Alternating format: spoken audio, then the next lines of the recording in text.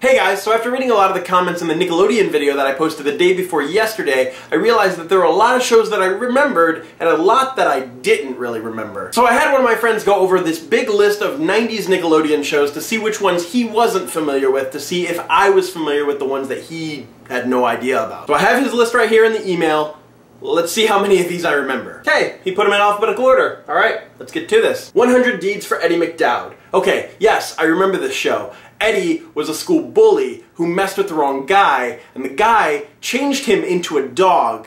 And as a dog, Eddie had to do 100 good deeds in order to be changed back into a boy.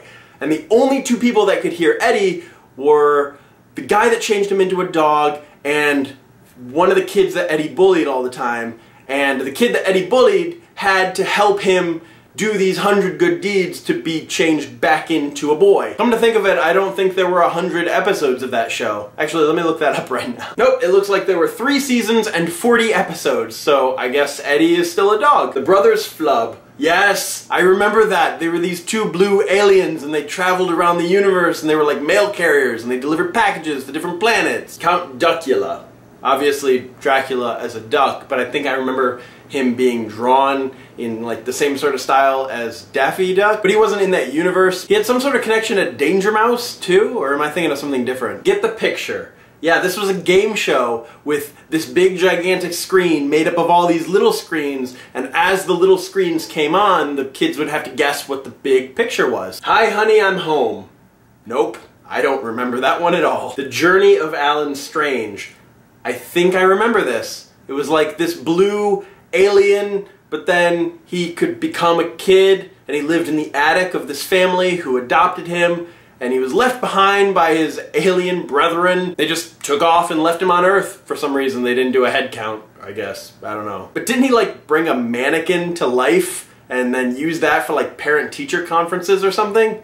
And he could read a book really fast by just putting his hand on top? Oh my gosh, all these nostalgic memories are flooding back. I wonder how that show holds up. The Mystery Files of Shelby Woo. Yeah, she was some sort of like super sleuth, like Nancy Drew type kid, and the police never wanted her help because, you know, she's a teenager, and her grandfather was like, you shouldn't be helping with these things because it's dangerous, but she kept trying to solve crimes and stuff. Rocket Power. Of course I remember Rocket Power. Rocket Power was awesome. That was great. Space Cases. Come on, that was like my favorite show. I did a video about that show a while back. Skate TV. Okay, I don't remember the show, but I remember hearing about the show. Apparently, Tony Hawk and a lot of other big-time skateboarders were on this show before they became famous. Think Fast. I vaguely remember that show. Couldn't tell you what it's about, but I remember the name. Wild and Crazy Kids. Okay, I remember that it was a game show, and I remember the green and purple logo, but I couldn't tell you what they had to do in the show. To be honest, the only active participation going through gladiator-type thing shows I remember